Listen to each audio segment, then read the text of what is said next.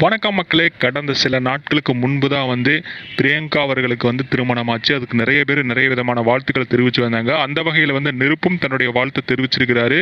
அவர் என்ன சொல்லியிருக்கிறார் அப்படின்னா, உன்னை காதலிக்கும் நபர் மட்டும் இல்லை, உன்னை நேசிக்கும் ஒரு நபரும் கூட உன்னை கல்யாணம் பண்ணியிருக்கிறாரு. கண்டிப்பாக உன்னுடைய எதிர்காலம் ரொம்ப நல்லா இருக்கும் அப்படிங்கிற மாதிரி வாழ்த்து சொல்லியிருக்கிறாரு.